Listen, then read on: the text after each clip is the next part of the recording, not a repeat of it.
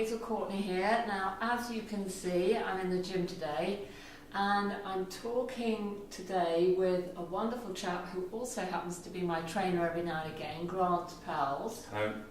And Grant is an expert in biomechanics, in food nutrition and in sports medicine, and he helps people rehabilitate after injuries. And boy, have I got some injuries to my back, but we won't go into those today. But anyway, there are some terrible statistics just become available, and basically 80% of the Western world's population spend 8 to 10 hours a day sitting on their derrieres. Now, this is causing a whole host of issues, not the least of which, of course, is obesity, but also many other issues, such as... Well, we have issues with blood pressure, we've got issues with osteoporosis, posture, we've got issues with people just being lethargic and not feeling that they want to do activity. Like you say, many issues. Right. What we're trying to do today is to encourage everyone to take 15 minutes. If you do no exercise currently, I mean, I know that lots of you will already be going to the gym, some of you are already perhaps walking, using the stairs at work, which is great, but we need everyone now to be doing at least an absolute minimum of... Minimum of 15 minutes a day. Okay. That's what we need to be thinking about. Like you're saying, people, if they're already active, already doing things, that's great, that's fantastic. But let's start to think smart. Let's use exercise as a medicine to help ourselves. So if you're going to the gym and you're already doing activity, let's try and increase the activity that you're doing there, making sure that your whole body's moving when you're at the gym. Yeah? If you're doing nothing at all, and because you're sat at that desk all day, you get out of the car, you get into the office, let's try and think about that a little bit cleverer. You know, let's try and think about every hour, if we can, just 5 minutes. Absolutely, get up more. Get moving. Get the old shoulder rolls going. Don't sit there. You know, you were saying earlier that an animal, when you watch a dog or a cat get up from sleep, they stretch and they get everything muscles moving. Yeah. And what do? We do this, and then we do this. So let's get ourselves moving. Let's get all those joints. Right, get them oiled. So if we're at a desk, we need to get up every hour and move around. Definitely, let's get moving. And if we could get everyone to walk for 15 minutes a day, just walking. 15 minutes. That will help reduce the chances of you developing osteoporosis in later life, which I also have. I'll talk about that another time. But it will help increase circulation in the body. It will help you to think things through at the office. You will get, if you get better circulation, it means more nutrients are getting to your brain. It helps you to think more clearly. Because today, Grant, don't you think we're all suffering from information overload? Unquestionably. We sit in front of these screens, we've got a smartphone going, we've got a computer going, then a phone rings, and we're doing so many different things, we just get so focused in the one process. Let's get out, let's breathe. Right, let's give ourselves a chance. In breathing, everyone, when you breathe deeply, regularly, away from traffic if you can, that also helps to re-alkalize your body.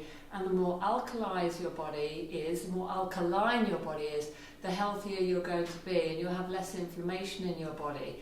And also, Grant, you were saying earlier that as you move your joints, what does this actually help to do? Basically, as you move around, as you get your joints going, we start getting the blood flowing around our body. No, you were talking about the myofascia in the joints. And what is that? It's like a cobwebbing effect is the easiest way to explain it. If you wipe the cobwebs away in the corners of your house, they don't build up. If you go into a big old creepy old house, these cobwebs have built up really badly. You have to break them down. And that's what happens around muscles, around joints, this myofascia. Right. And if we can move every day and get our joints moving, this all breaks down, and therefore we don't feel stiff. And if you hold a joint still for a long period of time, it aches. All right. So we're talking about people doing at least a minimum, an absolute minimum of 15 minutes exercise a day.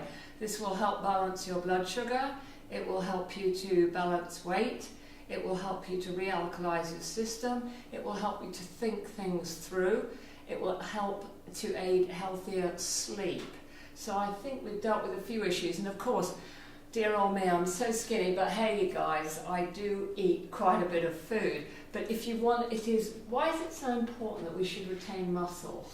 we need muscle. That is what is important. We need that to help structurally hold our joints, to stop the pain in our joints setting on. We need it to help with our metabolism. We need it to help keep our bodies warm, keep our organs protected, keep us functioning effectively. And what's happening today is we're losing muscle and more fat. So we're getting this the big area. tummy around the middle. I hope you're noticing my tummy, everybody, a little bit flat today. But anyway, so to build muscle, the building block for muscle is to eat more protein. And if you say to me that, oh Hazel, and also one other thing, it's very important that now as we're moving towards the winter months, it's going to start getting cooler, it's far more important that you should start eating warmer cooked foods rather than salads. That's because they're easier to digest. And obviously as it gets cooler you need more energy to keep the body warm.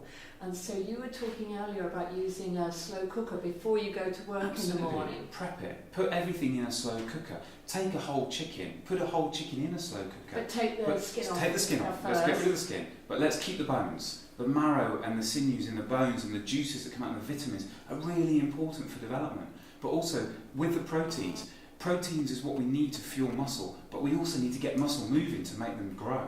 And we also need protein to hone the brain. And also to keep the immune system in tip-top shape. Absolutely. And so we're talking about beans, pulses, lentils, eggs, cheese. That's it. Meats, fish, especially oily fishes. Let's not forget how important they are.